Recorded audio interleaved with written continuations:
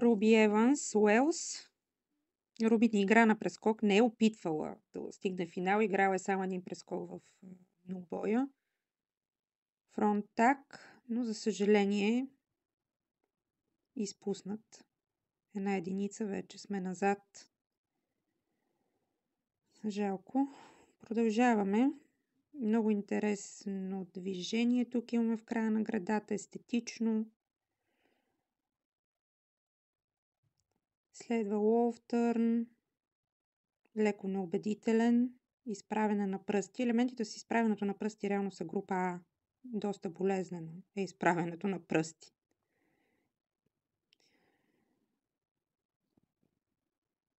Switch leap, split jump и веднага след това корбут.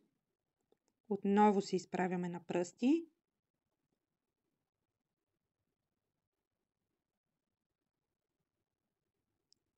Флик, флик, back layout. Тройна серия. Тук би трябвало да има и бонус. Още един търн. Дабъл. Успя да удържи тук в квалификацията. Имаше сериозен проблем. Фронт ариел, елемент група D. Може би най-сложният от ариелите е фронт ариел. Въобще всички фронт елементи са по-сложни от бек.